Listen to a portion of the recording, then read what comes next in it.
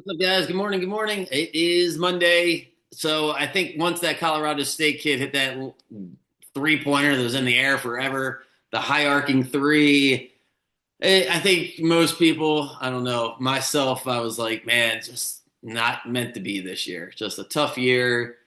Tough year, just not meant to be because how many times are we going to lose at the buzzer like this? Oh, my goodness. And then Derik Queen said, nope, I'm going to fix this in an improbable shot. I don't know how many times out of 100 he makes that shot. It might not be more than five or six. That's a really tough shot.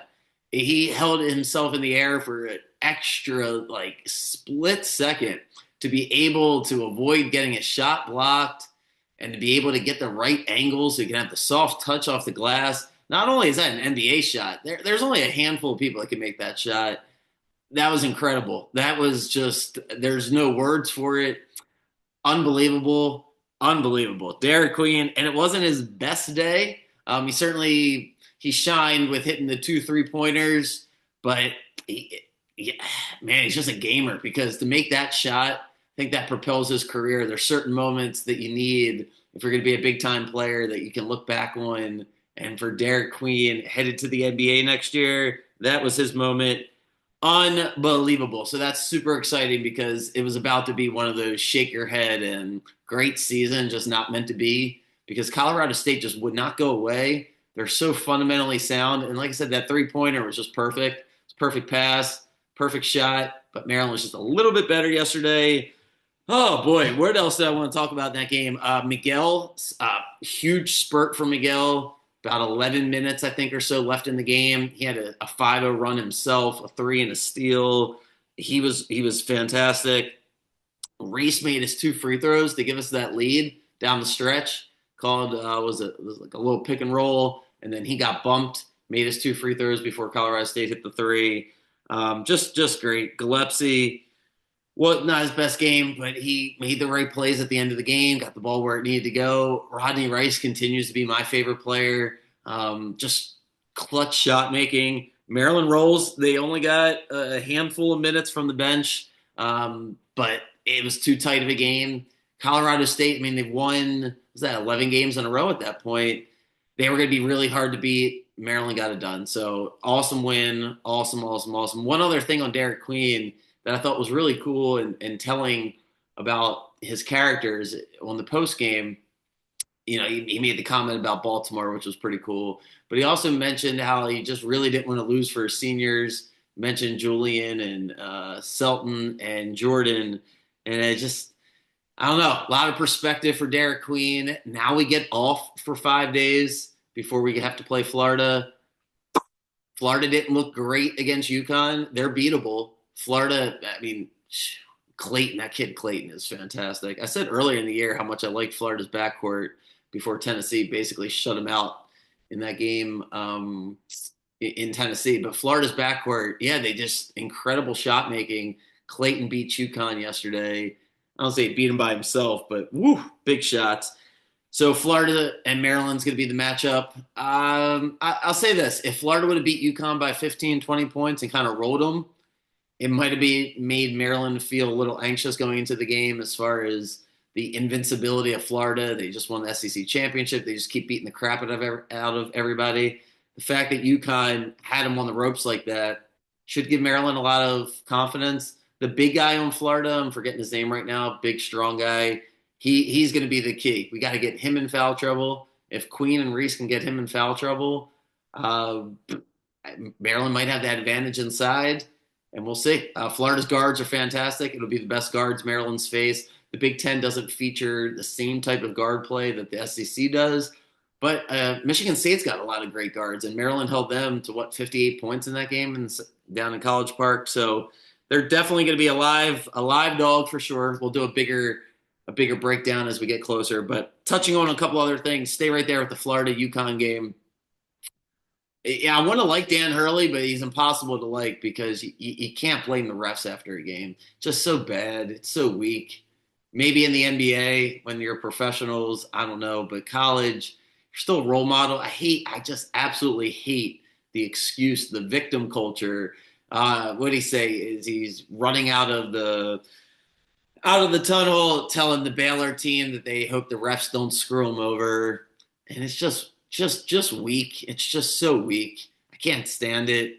Um, the histrionics on the sidelines, one thing. It's whatever. We all get emotional, but after the game, to claim you lost for that reason, excuse me, when Florida's making incredible shots and UConn couldn't rebound. I mean, they missed a couple rebounds at the end of the game. They got tired. They don't have the same depth that they've had the past couple of years. They ran out of gas. But Hurley, just a weak performance on his part. It's always weak to blame the coaches publicly, or excuse me, to blame the refs publicly. So Florida wins. Hurley's out. UConn has the best run I've ever seen in a tournament over a 2.5 year span. So good for them, but they just didn't have enough over Florida. At the bottom of our bracket, no more St. John's. That's got to be the most surprising game. It has to be because no other double-digit seeds in the Sweet 16.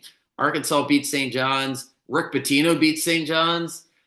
It's hard for me to give him a pass here. R.J. Lewis, their best player, you just decided not to play him down the stretch. He wasn't playing very well, but the rest of the team can't shoot. And that was just terrible to watch that game. St. John's just dead. No offense whatsoever. Arkansas is going to get into the Sweet 16. Arkansas is in the Sweet 16 with Calipari, and Kentucky gets into the Sweet 16 without Calipari. So all's well on the Calipari front. But yeah, Maryland's going to play Florida, and the winner does not have to play St. John's after all. So that is certainly a benefit. Arkansas wins that game. That would be, I think that would be an advantage certainly for Maryland. Arkansas got back their point guard, Boogie Flaglin, who is really good. He's a really, really good player, but didn't have a great year. But he was awesome in that game. They'll play Texas Tech. I'm not super scared of Texas Tech either. So I think the winner of the Maryland-Florida game is going to head to the Final Four. We'll see if Maryland can knock them off. On the rest of the bracket, the rest of the tournament, I mean, if you had chalk, you did well. I certainly didn't do great. Trying to find these upsets was really hard because there weren't too many of them. Not going to have any sour grapes about anything that happened over the weekend. It's just being on the wrong side of it's annoying. It's not fun whatsoever, especially when I watch so much basketball the past couple of months. But it just is what it is. You look around and, like I said, Arkansas is the 10 seed. They're the highest seed with Calipari, and a 5-star freshman is going to the NBA. So it's not a ton of upsets. Duke, Houston beat Gonzaga by Gonzaga hung. That was a good game, but Houston, they're going to advance. Tennessee beat UCLA. Alabama took care of St. Mary's. Duke rolled over Baylor. Auburn, they had a scare for a minute against Creighton. That was a tough game to lose for the spread. Just Creighton died at the end of that game. I didn't love the way Auburn played. I would say Auburn. What's it? Auburn, Michigan. I think Auburn will beat them, but I think Michigan State's going to get to the Final Four. That's the only thing I felt like I was really right about before the weekend, and I felt even better after the weekend was Michigan State. I watched a lot of that game last night after the Maryland game when they beat New Mexico. Michigan State is just, man, they play so hard. They play great defense. They don't foul, block a ton of shots. I like Michigan State a lot as we continue rolling on. They're going to get Ole Miss was a little bit of a surprise as they beat the crap out of Iowa State.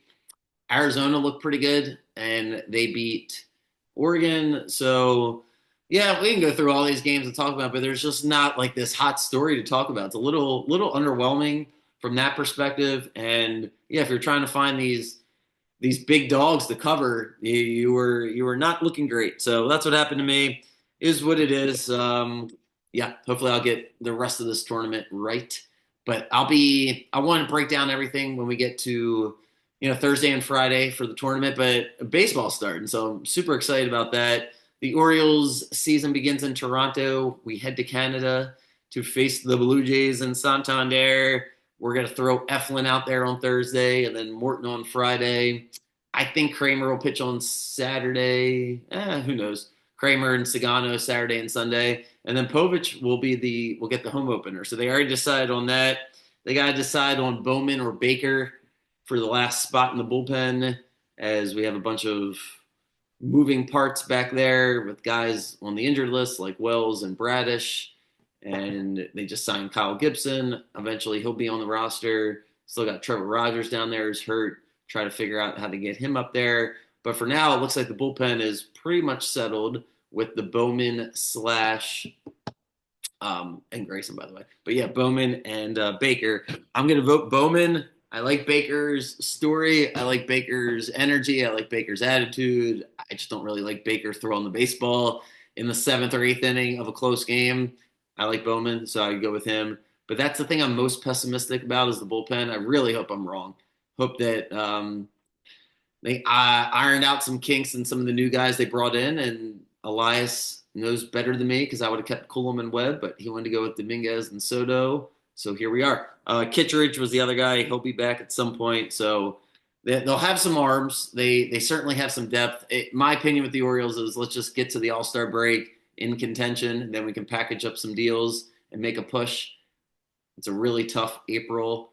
And the hard part here for the Orioles is, there's going to be no Gunner to start the season. I don't know if Mateo, I have a feeling he's not going to be on the roster. He's been playing simulated games.